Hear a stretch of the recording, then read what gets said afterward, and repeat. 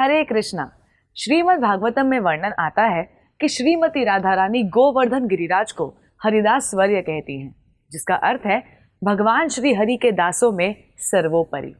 एक दिन ब्रज में कृष्ण और बलराम ने देखा कि सभी लोग व्यस्त थे, बहुत चहल पहल थी, तैयारियां हो रही थी, साज सज्जा हो रही थी, मानो किसी बड़े उत्सव की तैयारी हो रही हो।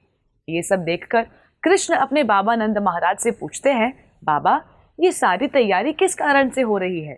नंद बाबा ने कहा, आज देवराज इंद्र का पूजन होगा। यदि वे प्रसन्न हो जाएं, तो ब्रज में वर्षा होती है, अन्न पैदा होता है, ब्रजवासियों का भरण पोषण होता है, गायों को चारा मिलता है, सभी समस्या हल हो जाती है। कृष्ण कुछ सोचकर तथा इंद्र के दर्प को मर्दन करने के लिए बोले, इंद्र में क्या शक्ति है जो पानी बरसाकर हमारी सहायता करेगा?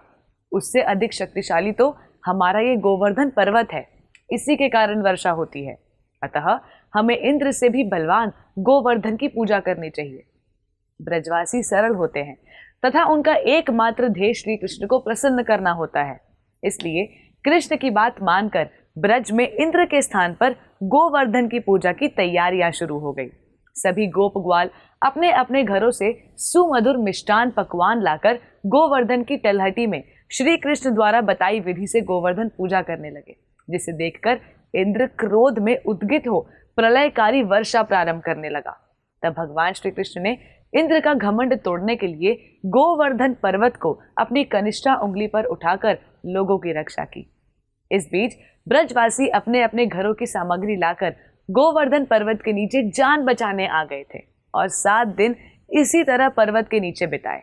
इस बीच ब्रजवासियों ने सभी की खाद्य सामग्री को मिलाकर और बांट कर खाया, ताकि सभी को भोजन मिल सके, और गाय के दूध, दही और छाछ का इस्तेमाल करके अपना गुजारा किया।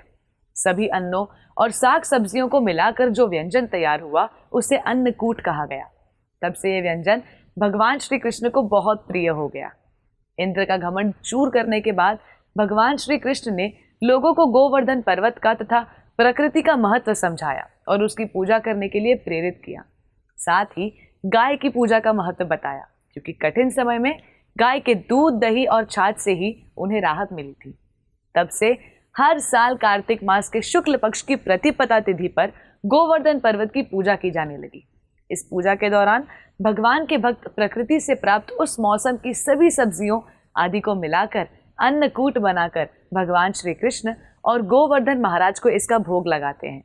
इसके अलावा दही या छाछ से कड़ी बनाकर और इसके साथ अन्न के रूप में चावल बनाकर भगवान को अर्पित करते हैं।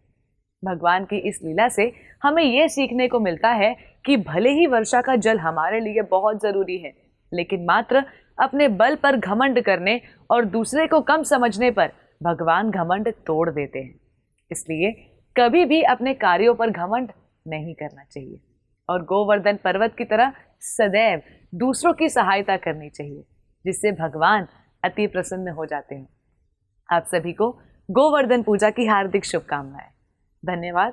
हरे कृष्णा। ऐसे ही और भक्तिमय कार्यक्रमों के लिए देखिए हरे कृष्णा टेलीविजन, और इसे प्राप्त करने के लिए आप अपने केबल अथवा DTH ऑपरेटर से संपर्क करें तथा और अधिक जानकारी के लिए आज ही डायल करें 7666 839 839।